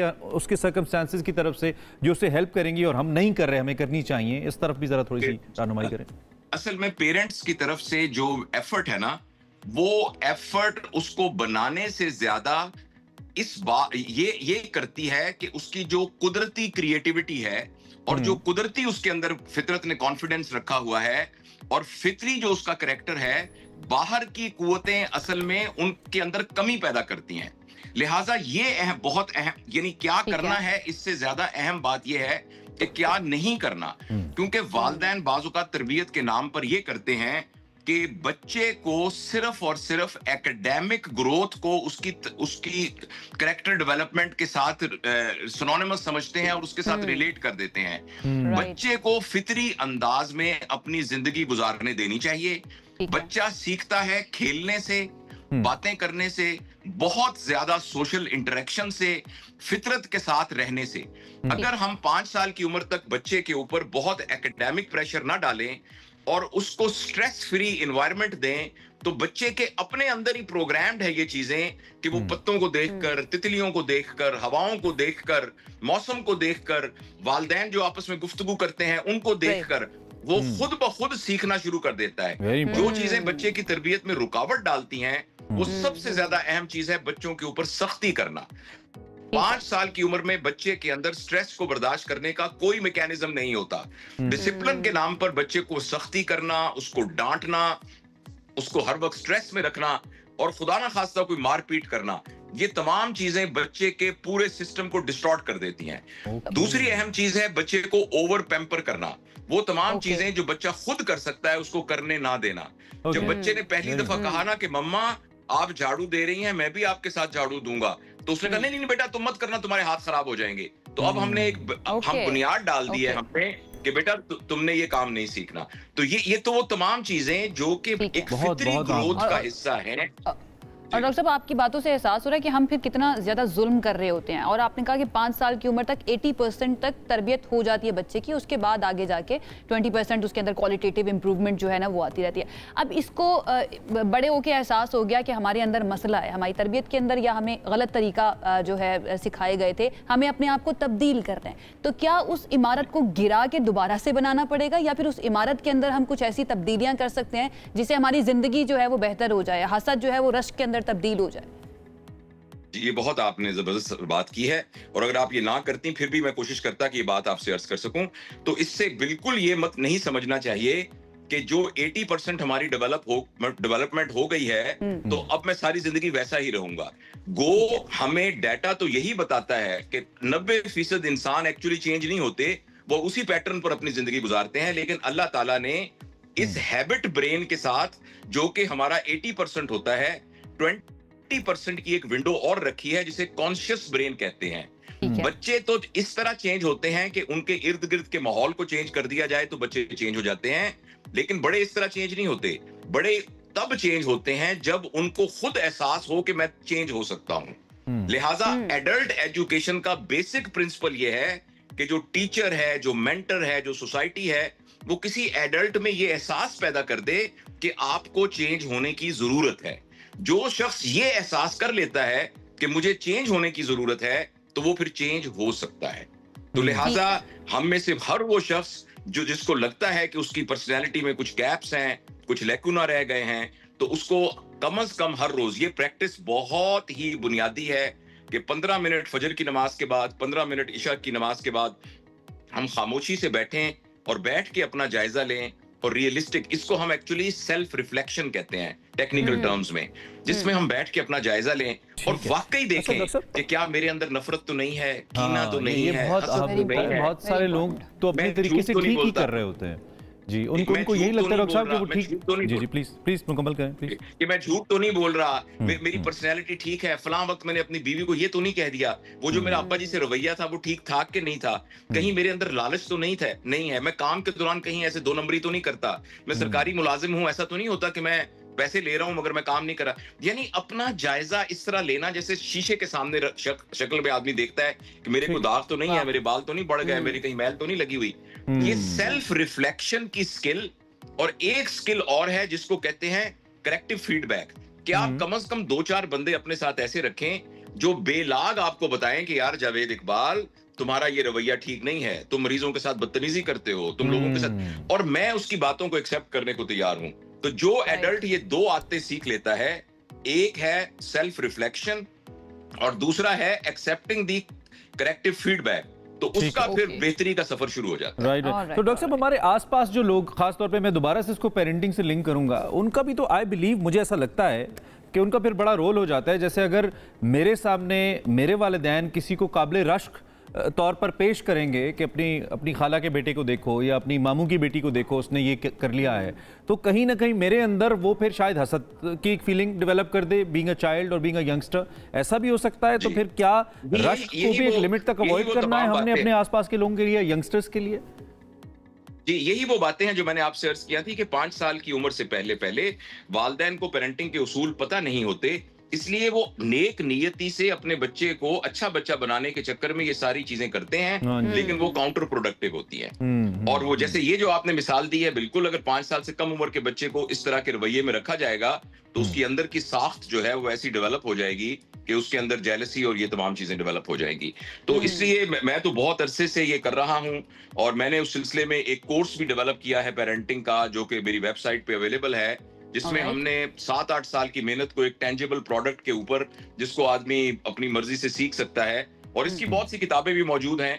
तो इसको हमें असल में सीखना हमारी प्रायोरिटी है नहीं, जब एक आप लड़के की शादी करते हैं, लड़की की शादी करते हैं, 21 साल के बंदे की आपने 20 साल की लड़की से शादी की है, तो प्रायोरिटी ये है कि शादी के अंदर जो है जोड़ा कहां से हमने अच्छा खरीदना है और किस शादी हॉल के अंदर हमारी शादी होनी है और किसको। लेकिन ये प्रायोरिटी नहीं है कि उस बच्चे के पास स्किल है, 1 साल बाद उसको अल्लाह ताला माँ या बाप बना देगा, तो अब उसके पास वो स्किल है उस कुदरत के इतने बड़े तोहफे को संभालने की, तो उस स्किल को पेरेंटिंग कहते हैं। मगर मुझे आप खुद बताइए, आप नौजवान हैं, मैं भी आज से बहुत साल पहले नौजवान था, तो अभी भी नौजवान है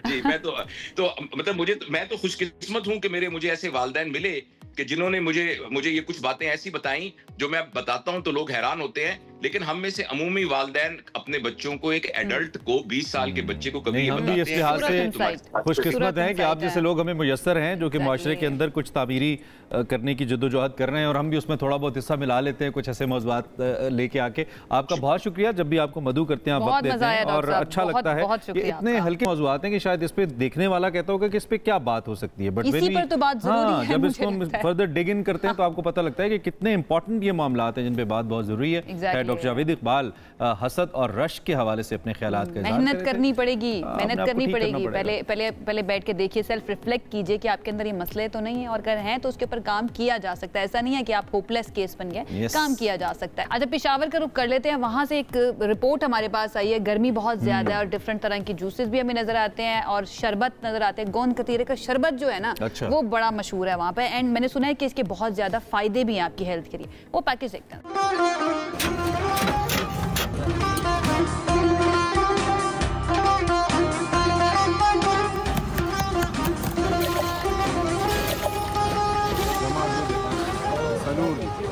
पेशावर की फूड स्ट्रीट चौक फवारा में इन दिनों गोंद कथीरे के स्टॉल पर रात गए तक गर्मी के सताए शहरियों का जमघटा लगा रहता है। यहाँ गोंद कतीरे का शरबत, किशमिश, तिल, निशास्ते की सवैयाँ, खीर, जंगली अंगूर और खजूर समेत 16 अज्जा से तैयार किया जाता है। 3 अक़साम के शरबत में ये अज्जा पानी मिलाए बगैर महारत के साथ मिक्स किया जाता है और ठंडी तासीर वाला गोंद कतीरा शरबत तैयार। जी, और इसमें कमाल ये है कि स्ट्रा से पियो गरम और चम्मच से खाओ ठंडा। ये इसमें हम डालते हैं 16 आइटम डालते हैं और इसमें पानी बिल्कुल नहीं है। इस मुनफरिद मशरूब से प्यास बुझाने लोग दूर दूर से यहाँ का रुख करते हैं। मैंने बहुत सारे टिकटॉकों में देखे, लेकिन जैसा जायका इसने बताया था इससे ज़्यादा खूबसूरत है, बहुत अच्छे है। मैं तो ज़िला चरसद तहसील तंगी से आया हूँ, वहाँ पर बहुत शरबत और सारे जायके, मगर माशाल्लाह इसका मुख्तलिफ जायका है। कुदरती और खालिस अज्जा से तैयार ठंडा ठार शरबत फी गिलास 100 रुपए में मिलता है। उस्मान सुल्तान, हम न्यूज़, पेशावर। अरे वाह, शक्ल तो बहुत अच्छी है, आई बिलीव पीने में भी, लेकिन ये बहुत हैवी नहीं हो जाएगा? इसमें इतना कुछ उन्होंने डाल दिया। हैवी होता है, मैंने सुना थोड़ा कड़वा भी होता है शायद, लेकिन आई डोंट नो, देखने में बहुत अच्छा लग रहा है, कलर्स बहुत बड़े अच्छे। स्टूडेंट लाइफ में ज्यादा महंगे मशरूब अफोर्ड नहीं कर सकते थे तो ट्राई कर लेते थे, अब तो अरसा ही हुआ, लेकिन कभी ट्राई करके देखेंगे। पेशावर आए स्मूदीज वगैरह लेते होंगे ना गर्मी को भगाने के लिए। इतने बर्गर्स भी नहीं हुए हमारे, बर्गर्स नहीं पे आ जाए, देसी लोग हैं, लेकिन इसका इत्तेफाक नहीं हो। पेशावर आएंगे तो जरूर ट्राई करेंगे। एक ब्रेक लेते हैं, ब्रेक के बाद आपको ज्वाइन करते हैं। की वॉच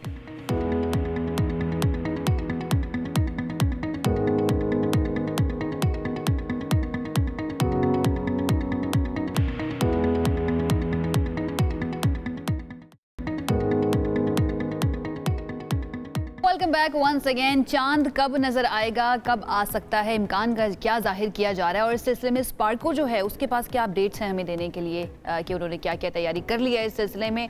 फाइनली हमारा राब्ता बहाल हो गया है। जैन रहीम स्पार्को और हमारी सेटेलाइट राजी हो गई है कि जैन और हम बात कर लें। So thank you very much Jain, good morning, आप कैसे हैं? ठीक ठाक हैं? Thank you so very much, good morning to you as well. मैं बिल्कुल ठीक हूँ अल्हम्दुलिल्लाह। So glad to have you. हम इससे पहले से खबर तो दे चुके हैं, लेकिन ओबियसली कंफर्म आप करेंगे बीइंग स्पार्को ऑफिशियल। क्या है इसके ऊपर? 29 मई को चांद नजर नहीं आएगा या उम्र कम होगी, और ईद जो है वो 7 को लग रही है, क्या इम्कान हैं? देखिए, जो इम्कानात हैं वो बिल्कुल इसी तरह से ही हैं कि 27 तारीख को चूंकि कंजंक्शन है सुबह 8:02 के करीब, और फिर जब उसी शाम को हम चांद देखने की कोशिश करेंगे तो तकरीबन 11.5 घंटे का चांद होगा। और तकरीबन आप यूं कह लीजिए कि अगर हम पाकिस्तान की बात करते हैं तो कम से कम 35 मिनट और ज़्यादा से ज़्यादा 43 मिनट जो है वो एक टाइम डिफरेंस होगा सूरज के गुरूब होने में और चांद के गुरूब होने में। तो ये इंतहाई कलील मुद्दत है, 1 घंटे से भी कम की ये मुद्दत है। और इस ऐसी मुद्दत में चांद का खुली आंख से दिखना इंतहाई मुश्किल होता है। तो इम्कानात यही है कि जी 27 तारीख को चांद जो है वो नजर नहीं आ सकेगा, लेकिन चूंकि फिर 28 तारीख को उसमें मजीद 24 घंटे की मियाद जो है वो ऐड हो जाएगी, तो उस सूरत में चांद जो है काफी वाज़े हो चुका हुआ होगा। और सूरज जैसे ही गुरूब होगा 28 तारीख को तो वाज़े इम्कानात है कि चांद जो है वो खुली आंख से बहुत आसानी से नजर आ जाएगा। ठीक है। अच्छा ज़ैन, क्या कोई ऐसे इम्कानात हैं कि कुछ एरियाज या कुछ शहरों के अंदर नजर आ जाए चांद और कुछ में ना आए? लाइक अगर हम जल्दी गुरूब हो जाए, मतला साफ हो, लाइक अक्सर पेशावर का हम जिक्र करते हैं, वहां पर चांद जो है वो नजर आ जाता है। क्या ऐसा कुछ हो सकता है इस मर्तबा? वैसे ही आता है। जी ज़ैन। जी देखिए, पूरे पाकिस्तान में ही अगर आप इसको देखें, starting from the northern areas of Pakistan till the southern part, जिधर हमारे पास जीवानी है, सुमियानी है, कराची है, तो पूरे पाकिस्तान में ही जो चांद की ऊंचाई है उफुक से वो तकरीबन 6 डिग्री के आसपास है। और 6 डिग्री के आसपास जो चांद होते हैं वो बहुत ही ऐसी मिसालें मौजूद हैं कि कभी खुली आंख से तो नहीं दिखाई दिए गए। तो बहुत कम इम्कानात हैं कि किसी भी पाकिस्तानी शहर से इवन के अगर मतला साफ भी हो तब भी के चांद नजर आ सके खुली आंख से। इवन पाकिस्तान में तो टेलीस्कोप या कोई ऑप्टिकल एड की मदद से भी अगर इस चांद को देखने की कोशिश की जाए तो बहुत ही कम इम्कानात है कि कोई चांद की और एंगल कितना चाहिए होता है लोगों की जानने के लिए बताइएगा? कितनी उम्र हो और कितना एंगल हो तो मुनासिब होता है? मिनिमम की मैं बात कर रहा हूँ। देखिए, इसमें सिर्फ एक फैक्टर के ऊपर हम डिसाइड नहीं करते। बाज़ औक़ात चूंकि चांद की जो विजिबिलिटी है वो डिपेंड करती है 2-3 चीज़ों के ऊपर कि उफुक से उसकी ऊंचाई कितनी है, कितने घंटे का चांद हो चुका हुआ है। तो कमोबेश अगर 15 से 18 घंटे का चांद है और उफुक से उसकी ऊंचाई तकरीबन 10 डिग्री या उसके आसपास है, 10 डिग्री से ज्यादा या उसके आसपास है, तो ऐसे चांद को देखना मुमकिन होता है। लेकिन चूंकि इस जिलहज के चांद में दोनों ही चीजें जो हैं अगर हम देखते हैं तो ऑलमोस्ट 6 डिग्री पे ये मौजूद रहेगा चांद, और तकरीबन 1 घंटे से भी कम का हमारे पास वक्त है सूरज गुरूब होने में और चांद के गुरूब होने में। तो ऐसी सूरत हाल में इस चांद का दिखाई देना इंतहाई मुश्किल है। ठीक है। अच्छा, तरीकाकार जरा बताइएगा चांद की साइटिंग के बारे में। रुयत हिलाल कमेटी के साथ हैंड इन हैंड काम कर रहा होता है स्पार्क को, उनका इनपुट भी जा रहा होता है उनको? जी बिल्कुल, स्पार्क को जो है देखिए एक रुयत हिलाल कमेटी का एक मुस्तकिल मेंबर भी है और हम हमेशा से ही रुयत हिलाल कमेटी को जो है तकनीकी बुनियादों के ऊपर उनकी मदद करते आए हैं, उनको सपोर्ट करते आए हैं। और ये सपोर्ट इस तरह से रहती है कि हम हर महीने जो है चांद का जो डाटा है प्रोसेस करके और जो भी हमारी प्रेडिक्शंस होती हैं उससे रुयत हिलाल कमेटी को ना सिर्फ आगाह करते हैं बल्कि ऐसे चांद जैसे रमज़ान का चांद है या ईदैन के चांद जो होते हैं उनमें हम खास तौर के ऊपर जो है टेलीस्कोप्स को, बसरी टेलीस्कोप्स, ऑप्टिकल टेलीस्कोप्स को जो है वहाँ पे नस्ब करते हैं। और हमारी पूरी एफर्ट रहती है कि हम जो है रुयत हिलाल कमेटी को हर तरीके से चांद की रुयत के हवाले से सपोर्ट करें। ठीक है। अच्छा ज़ैन, क्विकली ये भी बता दीजिएगा कि जो खलीजी रियासतें हैं यहाँ पर जो दीगर इलाके हैं, अगर आपके पास इस हवाले से इल्म हो, आपने काम किया हो, तो वो वहाँ पे भी हम एक ही दिन में चांद देख पाएंगे या वहाँ पे फ़र्क आ रहा है? और उम्मीद ये है कि वहाँ पे 6 को ईद हो जाए और हमारे यहाँ 7 को, जो एक अमूमी प्रैक्टिस है।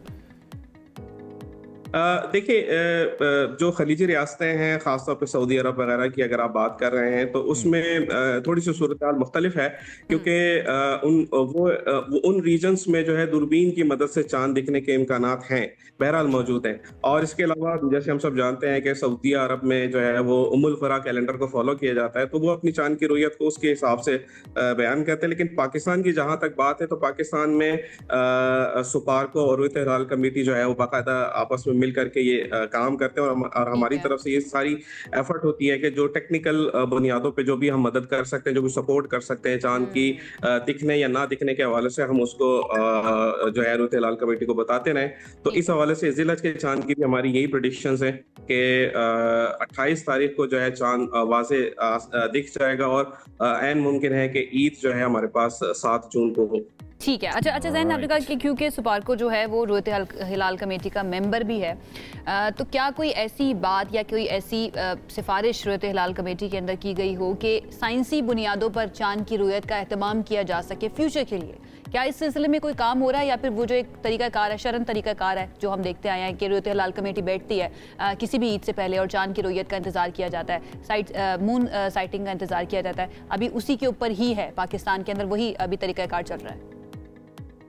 देखिए, रोयत हिलाल कमेटी जो है उसमें बाकायदा सुपार्को का जो टेक्निकल इनपुट होता है वो शामिल होता है। उनके जो भी ऐलानात होते हैं उसमें हमारे जो भी इनपुट होता है टेक्निकल पॉइंट ऑफ व्यू से कि जी चांद की नजर आने के इम्कानात हैं या नहीं है, वो उसमें बहरहाल शामिल होता है। और उसको देखते हुए ही शहादतों का जो है असेसमेंट की जाती है, उसका तयन किया जाता है, क्योंकि बहुत सारे ऐसे भी मामला होते हैं जिसमें कि चांद वाजे होता है, तो जो शहादतें आती हैं तो उनको यकीनन उनसे एग्री किया जाता है। लेकिन बहुत मेरे ख्याल में इस्लामिक रिपब्लिक मेरे ख्याल में इस बात का एहतमाम बहुत ज़रूरी है, अगरचे कि हमारे पास साइंटिफिक हेल्प मौजूद है, लेकिन जो शरई तरीक़ाकार है उनको इनकॉर्पोरेट करना बहुत ज़रूरी है और इन दोनों चीज़ों को मिला के साथ लेके चलना इट्स प्रीटी इंपॉर्टेंट। आपका नॉलेज यानी कि आपका जो स्किल है स्पार्को के जरिए हम तक पहुंचे और फिर हम उसको शरई तकाज़ों को पूरा करते हुए ईद मनाएं इंशाल्लाह, तो बहुत ज़रूरी है। Jain, thank you very much, आप हमारे साथ मौजूद रहे, इस अहम मौजू पे बात की। अब आपको बताते हैं, अगर आपने जानवर नहीं खरीदा या आप चाहते हैं कि ज़्यादा महंगा आपको ना मिले, मेरी तरह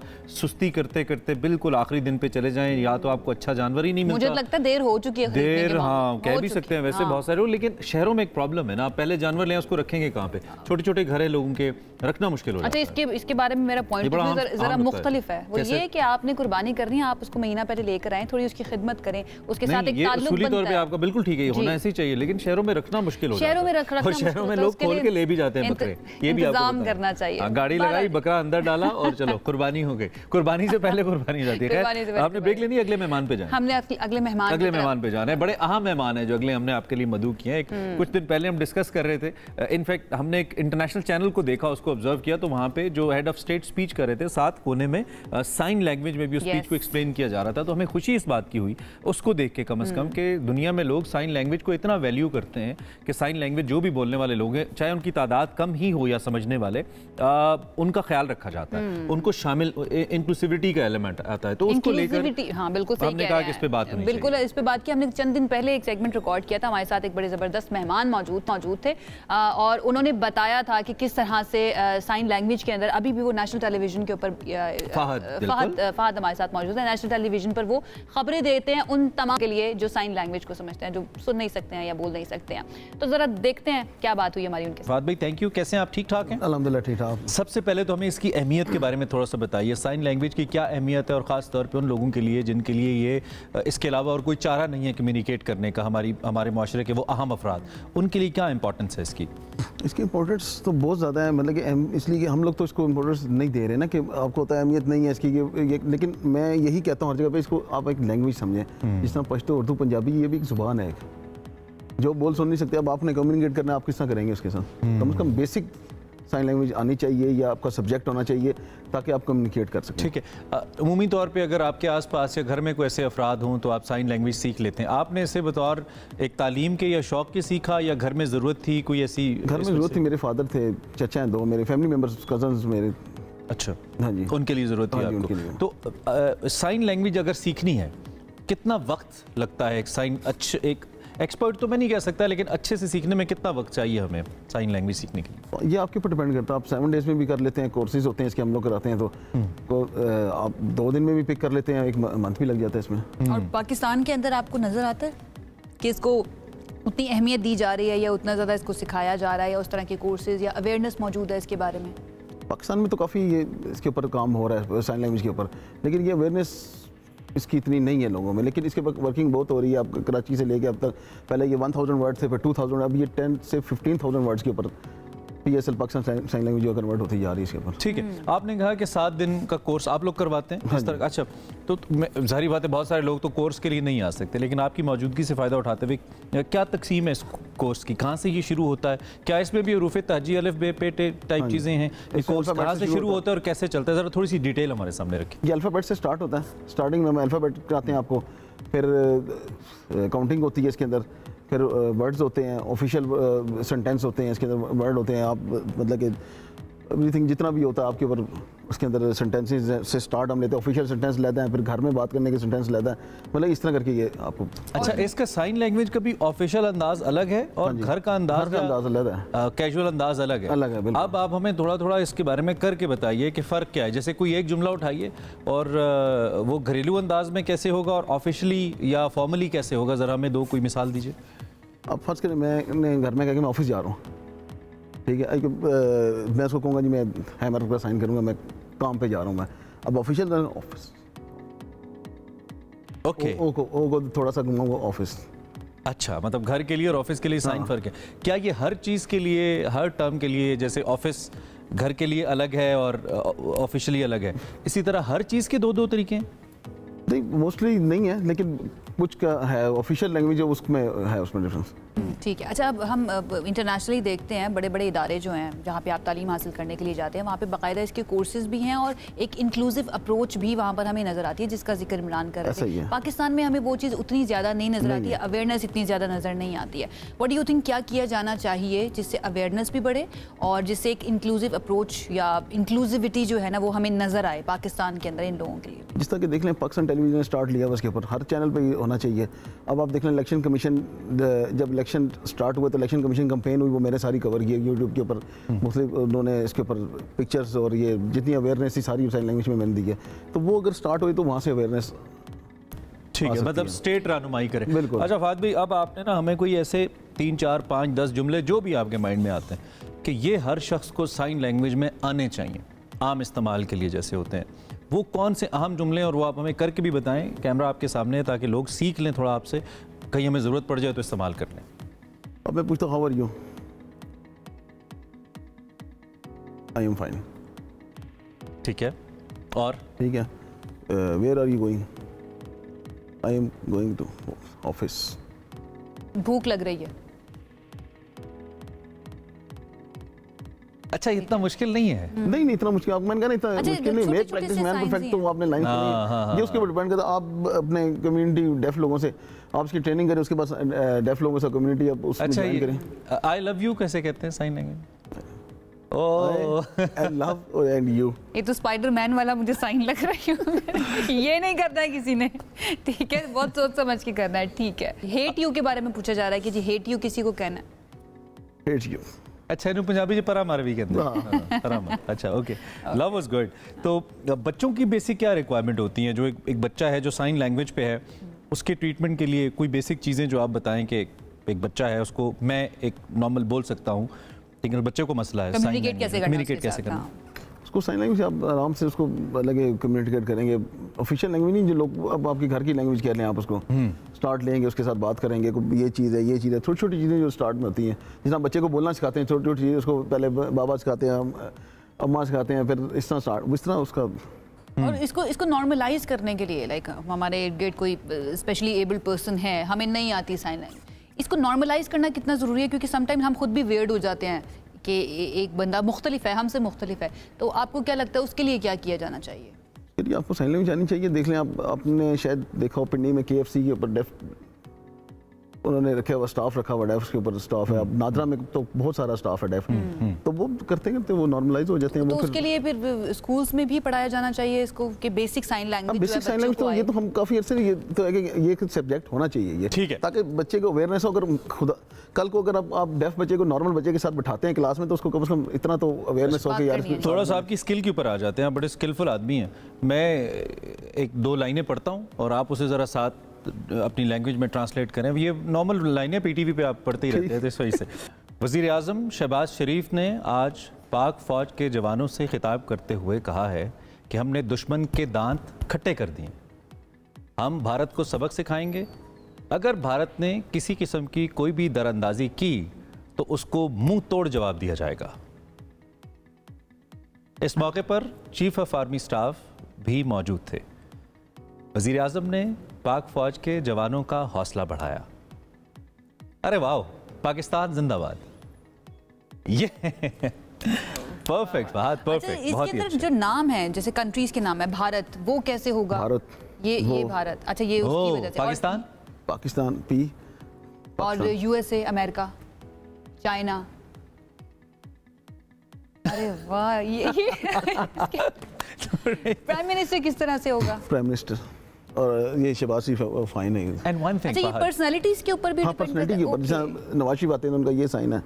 ओह, ऑलराइट, ओके, ये अंडरस्टैंड कर लेते हैं जो सामने आपको देख रहे हो, उनको पता चल जाता है, इसलिए ये साइंस रखे। अच्छा, ये जो अमेजिंग फ्लैग्स का है या एक्सप्रेशंस का है, ये यूनिवर्सल साइंस है? हाँ, यूनिवर्सल। प्राइम मिनिस्टर का यूनिवर्सली साइन अमेरिका में भी यही होगा जो यहाँ पे, या फर्क होगा? उसका थोड़ा सा 19-20 फर्क होगा उसमें, क्योंकि हम लोग PSL को फॉलो करते हैं, वो ASL को करते हैं। Alright, let's suppose president of United states of America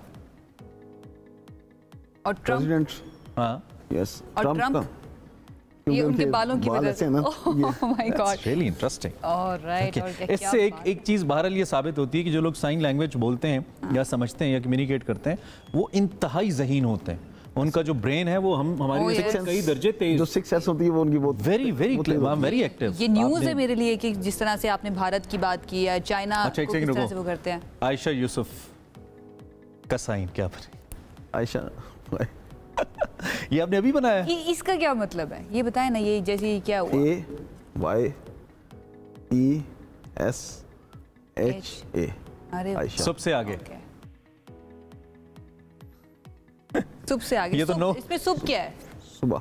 that's interesting बात, बहुत ही कमाल। अब इन दी एंड आप वो लोग जो कि इससे वाबस्ता हैं, आपने एक तो बड़ी अच्छी बात की कि टीवी के ऊपर आना चाहिए, और आपको बुलाने का मकसद ये है कि इस पर तवज्जो हम दिलाएं और इस पर मजीद बात होती रहे। कोई मैसेज आपके जहन में हो स्टेट को लेकर के, हुकूमत को ये करना चाहिए, या वो लोग जो कि खुद ठीक ज़बान बोल लेते हैं लेकिन साइन लैंग्वेज वालों को उस तरह ट्रीट नहीं करते, कुछ आप कहना चाहें इन दी एंड? इसको ये कि स्टेट को इसका इनिशिएट लेना चाहिए कि हर चैनल पे ये, आपको याद होगा लास्ट टाइम प्रेसिडेंट थे हमारे, तो उन्होंने इनिशिएट लिया था हर चैनल के ऊपर, लेकिन वो फिर वो नहीं हुआ आगे, वो आगे चल नहीं सका। ये दूसरा मेरा ये मैसेज होगा कि हर बंदे को sign language, basic sign language आनी ज़रूरी है। अगर आपको नहीं भी आती तो आपको सीखें, अगर नहीं आपकी फैमिली, ज़रूरी नहीं कि फैमिली मेम्बर हो या आपका कोई फ्रेंड हो या आपके मिल, आपको आनी चाहिए।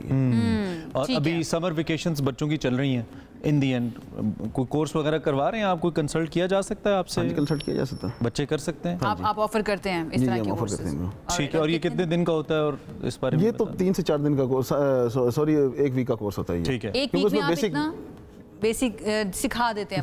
Okay, alright. और ये बच्चों के लिए बहुत ज़रूरी है भाई। फात, थैंक यू वेरी मच, आप तशरीफ लाए, अच्छा लगा आपसे मिलके। हमने कोशिश की है कि सभी एलिमेंट के ऊपर बात कर लें हम, सीखने से लेकर आगे आप कैसे सीख सकते हैं। अगर समर कैंप अगर है, क्या इसको कहते हैं, समर वेकेशंस अगर बच्चों की हैं तो उनको आप 7-8 दिन का एक कोर्स करवा लीजिए। यूट्यूब से भी आपको रहनुमाई मिल सकती है, और फात जैसे एक्सपर्ट्स भी हैं।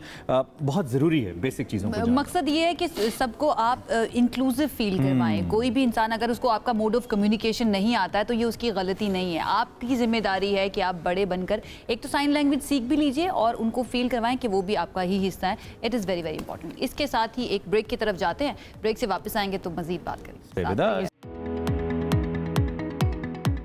This segment is brought to you by Jazz and Allied Bank Limited. Let's talk about economy. Pakistani मईशत के लिए एक खुश आइन खबर है, और वो ये है कि overseas investors chamber of commerce and industries यानी OICCI, जो मुल्क में काम करने वाली 200 से ज़ायद गैर मुल्की कारोबारी इदारों की नुमाइंदगी करता है, ने अपनी ताज़ा तरीन रिपोर्ट जारी की है, और इस रिपोर्ट में बहुत अच्छी बातें की हैं पाकिस्तान की इकोनॉमी के बारे में। पाकिस्तान में जो कारोबार करने वाली कंपनियां हैं उनके एतमाद में एज पर दिस रिपोर्ट नुमाया बेहतरी नज़र आई है। ये रिपोर्ट जो बिजनेस कॉन्फिडेंस है उस इंडेक्स के हवाले से अगर बात करें उसके ऊपर मबनी है, और जो OICCI जिसका हम तस्करा कर रहे हैं, जिसके चीफ कुछ दिन पहले हमारे साथ मौजूद भी थे, ये 6 माह बाद इस रिपोर्ट को जारी किया जाता है, और जितने भी सरमायाकार हैं या जो बिजनेस ओरिएंटेड ऑर्गेनाइजेशंस हैं या माहिरीन हैं, उनकी जानिब से बड़ी इंपॉर्टेंस इसको हासिल है। तो मेरे ख्याल में ये बड़ा पॉजिटिव है, अच्छी पॉजिटिव डेवलपमेंट, बहुत पॉजिटिव डेवलपमेंट है। अब इसके असरात क्या हो सकते हैं पाकिस्तानी मईशत के ऊपर, और इंडिकेटर कितना अहम है ये पाकिस्तानी इकोनॉमी के लिए, इस पर बात कर लेते हैं। हमारे साथ फरहान बुखारी साहब मौजूद हैं एज यूजुअल, उनकी तरह बहुत शुक्रिया हमें ज्वाइन करने के लिए। फरहान साहब ठीक है? आपका भी शुक्रिया जी। बिल्कुल।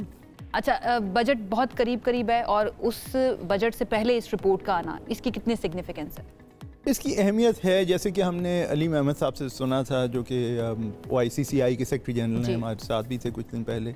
ये सारा का सारा तबका जो फॉरेन कैपिटल पाकिस्तान में आया है, ये ग्रुप उन्हें रिप्रेजेंट करता है, उनकी नुमाइंदगी करता है। 200 से ज़्यादा कंपनीज़ हैं और अहम इसलिए है क्योंकि आपको याद होगा 2 साल पहले हम तस्करा भी कर चुके हैं। पाकिस्तान के हालात ये थे कि लोग खुदा न खास्ता दिवाली की बात करते थे, श्रीलंका से कंपेयर करते थे, मुआवजा करते थे।